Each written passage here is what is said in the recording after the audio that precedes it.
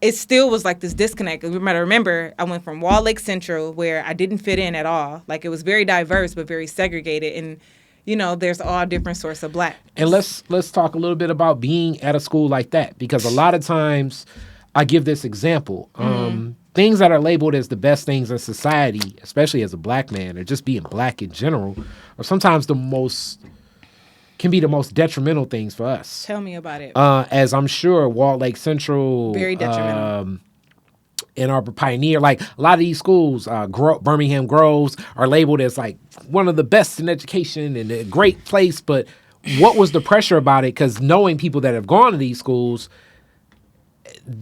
their naturalness to fit in, because culturally, oh my God, it just isn't built like that. But share your story. So, I mean, we have to remember, too, that I'm the generation of where, like, it still wasn't common for Black people not to go to college. Like, the 90s was okay, Black people have arrived from a career and from an education perspective. Like, 6 out of the 10 people that you talk to that were in their 30s or 40s have gone to college, and they expect their kids to, right? Mm-hmm. So giving your child a good education, right, that concept, that I know it hasn't died, but people would do all kind of things to send their kids to a certain school district, right? Certain thing, not realizing the social aspect that would come along with it. And for me, I lived out there, right? But I was still not, I wasn't socially understanding of diversity yet. Like, I still, again, was a hooper. I didn't see, I hate to say it, color, right?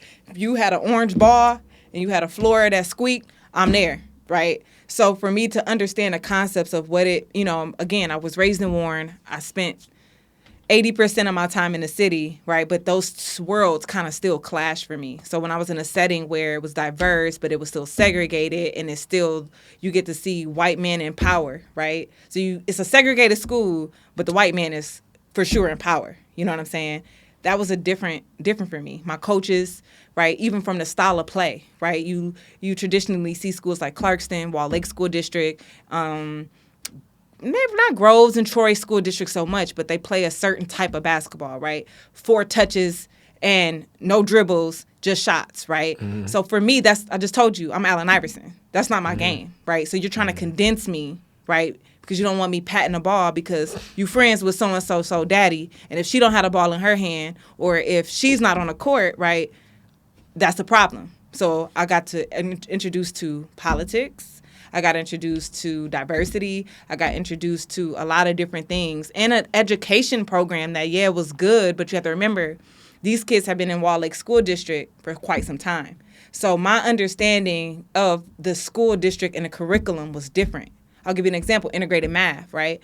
For me, middle school was algebra, right? Mm-hmm. So when I get freshman year to integrated math and I'm got calculus mixed with algebra, I'm like, what the hell is this, right? Mm-hmm. My brain, I was out of my element at Wall Lake. Yeah. And that has nothing to, do with my parents' decisions, because at the end of the day, I know my mom was trying to do what was best for me. And plus, we lived out there, right? Mm-hmm. So for me, Wall Lake, from a basketball, a social, and just from just like a everyday thing of being in school for 8 hours a day, it just wasn't for me. Like, the best thing I liked about it was the school lunches, which were fantastic. But everything else was just... Mm-hmm. So then you get over to Southfield, which was another shot. What was the difference there? What was the difference? So Southfield, like you said, is, is traditionally an unorthodox and Orthodox Jewish city. Yes. You know what I mean? And so in the late, I'd say early 90s to late 90s, you started seeing Southfield become more diverse. So by the time I got to Southfield in the early 2000s, it was 99.8% Black population as far as the school district goes. There was Southfield High and there was Southfield Lathrop. Yep. Lathrop is the more known as the kind of because Lathrop is closer, Lathrop district is closer to Birmingham, that area moving towards the burbs.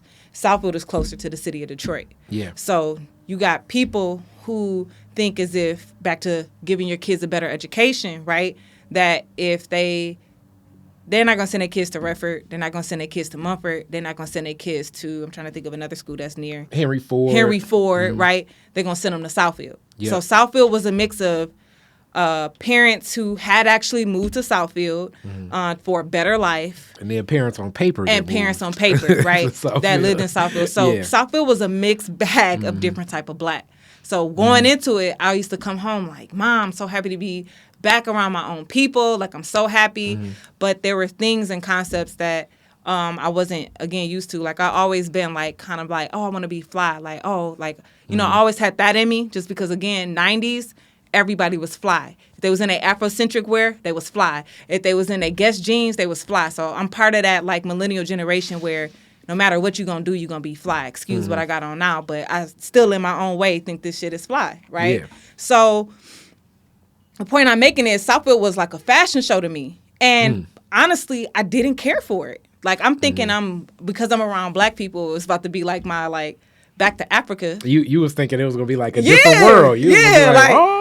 Yeah, no. It was like Doughboy Cash Out originated out of Southfield, believe it or not. Yeah, Southfield, you know what I mean? Oak Park. Yeah. Yep. So I'm part of that, seeing all that, and I wasn't ready for that either. Like, I honestly did not fit in well. Like, I hooped, and that's what I was known for. B-March, knew for hooping, right? And I kind of stayed, even though I couldn't hoop my sophomore year, I kind of just still closed in a lot of myself and concentrated on basketball. You know what I mean? I just didn't feel like it wasn't the black experience that I was expecting it to be in that moment.